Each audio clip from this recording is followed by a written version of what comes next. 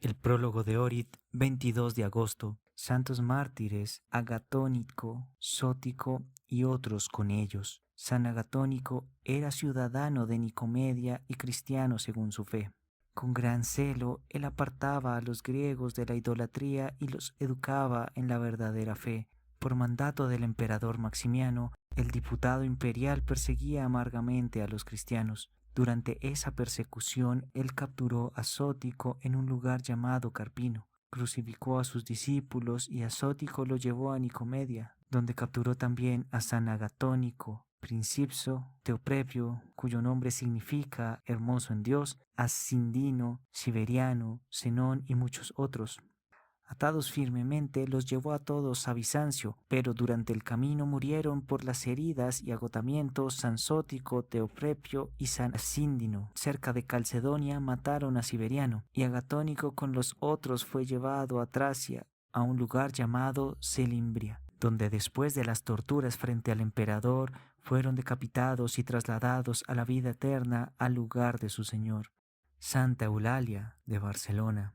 En tiempos de la terrible persecución de los cristianos, en España vivía una doncella, Eulalia, nacida de padres cristianos en Barcinón, Barcelona, dedicada completamente a Cristo como su desposado y sumergida profundamente en las Santas Escrituras. Ella se disciplinó continuamente en el ascetismo del cuerpo y del espíritu. El torturador Daciano mataba despiadadamente a los cristianos en España. Entonces llegó a Barcelona. Eulalia escapó una noche de sus padres, se presentó ante el verdugo y en presencia de mucha gente lo reprendió por matar a gente inocente, burlándose de los ídolos muertos y confesando públicamente su fe en Cristo, el Señor vivo. Enfurecido, Daciano ordenó que la doncella fuera desvestida y golpeada con barras, pero la santa doncella declaró que no sentía dolor de los tormentos por Cristo. Entonces el verdugo la ató en forma de cruz a un árbol y mandó que su cuerpo fuera quemado con candelas. Entonces el verdugo le preguntó, entre comillas, ¿dónde está tu Cristo ahora para salvarte? Eulalia contestó, aquí está conmigo, pero usted no puede verlo a causa de su impureza.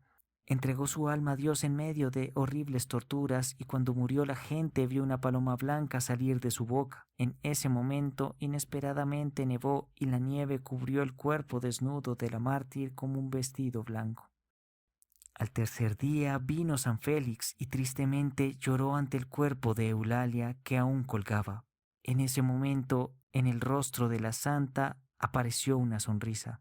Vinieron después sus padres y con otros cristianos enterraron honorablemente el cuerpo de la santa doncella. Eulalia sufrió por su Señor y entró en el gozo eterno a principios del siglo IV.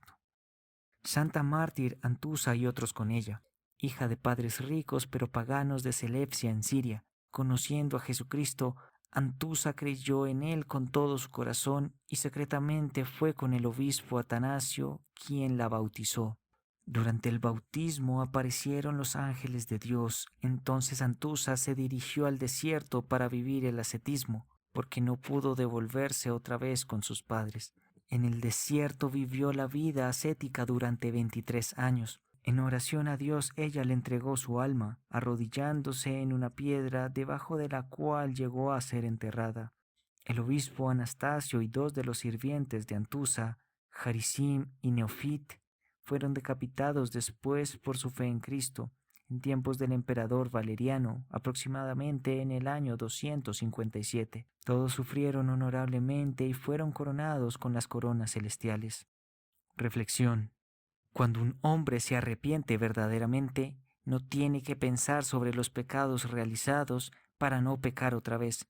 San Antonio aconseja, entre comillas, cuida que tu mente no se profane, ensucie con el recuerdo de los pecados pasados y que en ti no se renueve el deseo de esos pecados. Otra vez en otro lugar dice, entre comillas, no determines en tu alma los pecados cometidos antes con el pensamiento, para que no se repitan en ti. Estad seguro que ellos fueron perdonados desde aquel tiempo, cuando te entregaste a Dios y al arrepentimiento. No dudes de eso. De San Amón se decía que alcanzó tal perfección y tanta bendición que no sabía que existía el mal. Cuando le preguntaron cuál es ese angosto y penoso camino, Él contestó, entre comillas, es la restricción de los pensamientos y el corte de los propios deseos para cumplir la voluntad de Dios. Quien restringe los pensamientos de pecado, ese no piensa sobre sus pecados ni sobre el de los otros, ni sobre nada corruptible, sobre nada terrenal. La mente de tal hombre siempre está en el cielo, donde no existe el mal. Así gradualmente desaparece de él el mal, aun de sus pensamientos. Contemplación. Contemplar la milagrosa ayuda de Dios a David. Primera de Samuel capítulo 19. Primero, cómo David tocaba el arpa ante Saúl. Segundo, cómo el espíritu impuro atacó a Saúl y Saúl lanzó la lanza para matar a David. Tercero, cómo Saúl no alcanzó a David en la distancia más cercana. Sermón sobre la profecía de los milagros de Cristo. Entre comillas, entonces se abrirán los ojos de los ciegos y se destaparán los oídos de los sordos. Entonces el tullido saltará con un ciervo y la lengua de los mudos gritará de júbilo. Isaías capítulo 35 versículos 5 y 6. Hermanos, vengan y admiremos el poder de nuestro Dios vivo, quien abrió los ojos del hombre mortal para que vea en la más grande lejanía del tiempo aquello que va a pasar y que lo vea hasta con detalles, como si ese fuera solo el apóstol de Cristo y que caminara con el Señor Jesucristo y que viera milagro por milagro, como Él daba la vista a los ciegos y el oído a los sordos, y a los paralíticos la salud de las piernas, y a los mudos la voz para hablar. Cuando San Juan Bautista en la cárcel envió a sus discípulos a que le preguntaran a Cristo, ¿eres tú el que ha de venir o debemos esperar a otro? El Señor les respondió con la palabra del profeta Isaías, vayan a contar a Juan lo que ustedes oyen y ven. Los ciegos ven y los paralíticos caminan. Los leprosos son purificados y los sordos oyen. Los muertos resucitan. Mateo capítulo 11, versículos del 3 al 5.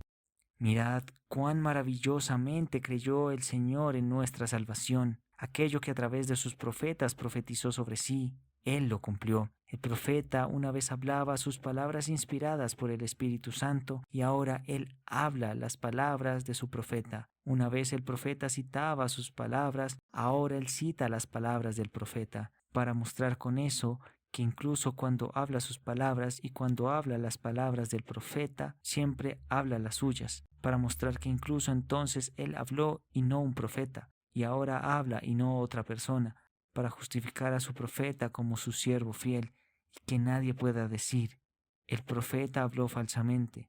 Así los profetas sirvieron a la gloria de Cristo el Señor, y Cristo el Señor glorificó a sus profetas, sus verdaderos siervos. Oh Señor Jesucristo, glorificado por sus servidores y el glorificador de tus siervos. Ayúdanos a nosotros también, que servimos con palabras, obras y pensamiento a la magnífica gloria de tu nombre. A ti la gloria y el agradecimiento por los siglos de los siglos. Amén.